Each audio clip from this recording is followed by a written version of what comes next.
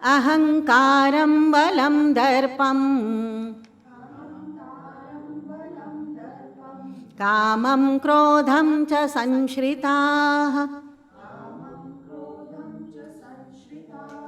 Mamatma paradeheshu Pradvishantobhyasuyataah. Given over to egoism, power, haughtiness, lust, and anger. These malicious people hate me in their own bodies and in those of others. My God, I am your worshipper, O God. I worship you, I respect you, I love you, I am devoted to you, O Lord. And then I have to listen from you these words which are paining me. If that thought comes in my heart, then there is a scope of some change in me. Bhagavan says that they torture me, who have these 5 vices: ahankara, bala, darpa, kama, and krodha. If I take refuge of these 5, then let me be sure that I won't get the refuge of God. Egoism, balam is power, anger, darpa is haughtiness, or what is that? Arrogance, lust. What more do I need? Anger, greed, lust.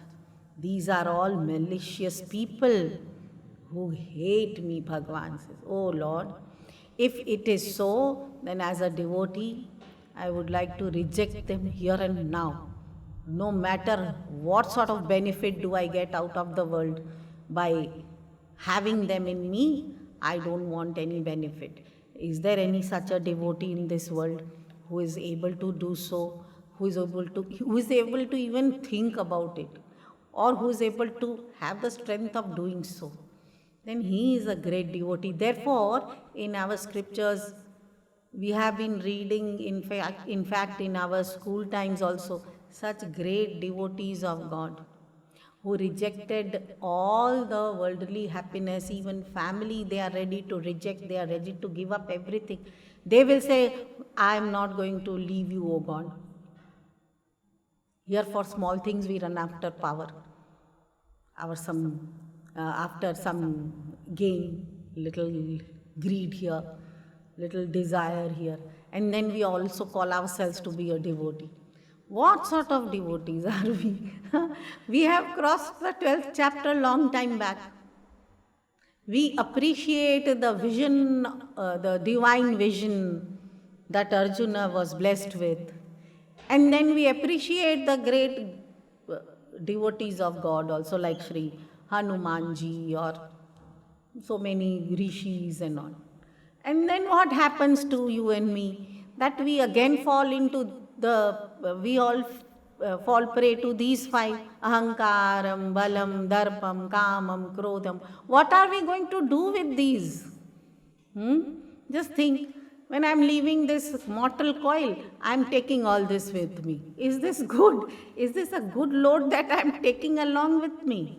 Let me shed it, it's not worth it. Anger is not at all worth it. Kamam, this lust, power. Okay, if somebody gives power, okay, if he takes it away also, okay. What is the big deal? Okay, you do it. That's all. I don't need any power. Ego. What am I going? Oh, my ego gets hurt. What is this ego? What is this ego got hurt and things like that? So, in short, we can say that once again we'll have to assess that what do we understand out of this word God, right? Is there one God in a particular form who is talking to us and who says that they torture me in themselves? I can't have a another form, a God in me. All these concepts must be removed. We have to come to some sensible understanding of what our dharma is telling us. God is that core of us, ours, which is the true self, right?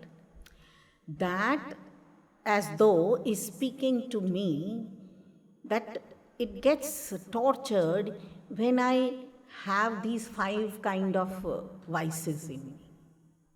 See, ego is not real, right? The real self has no conditioning.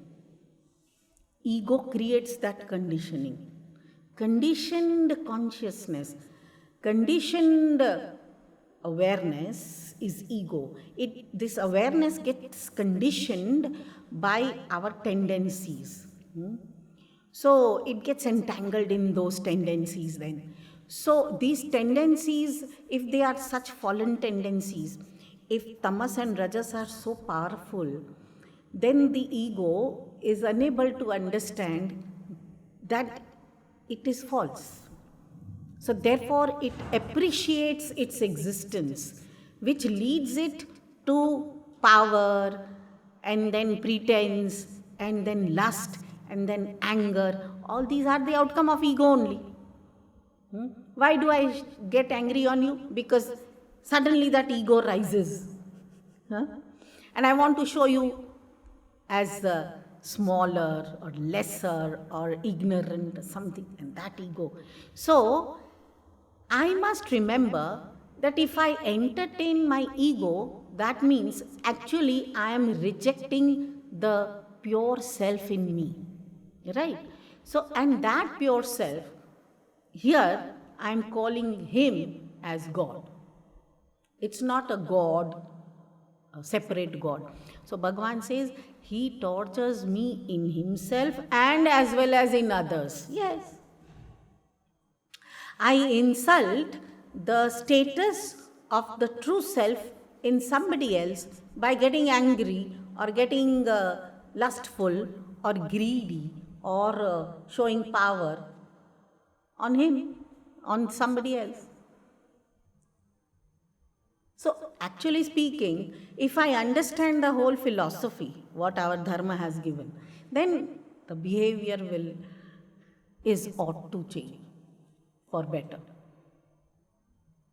But without understanding, if I keep worshipping certain forms for my pleasure, thinking, for my some gain, some fear, again, this worldly gain only, then no improvement is possible.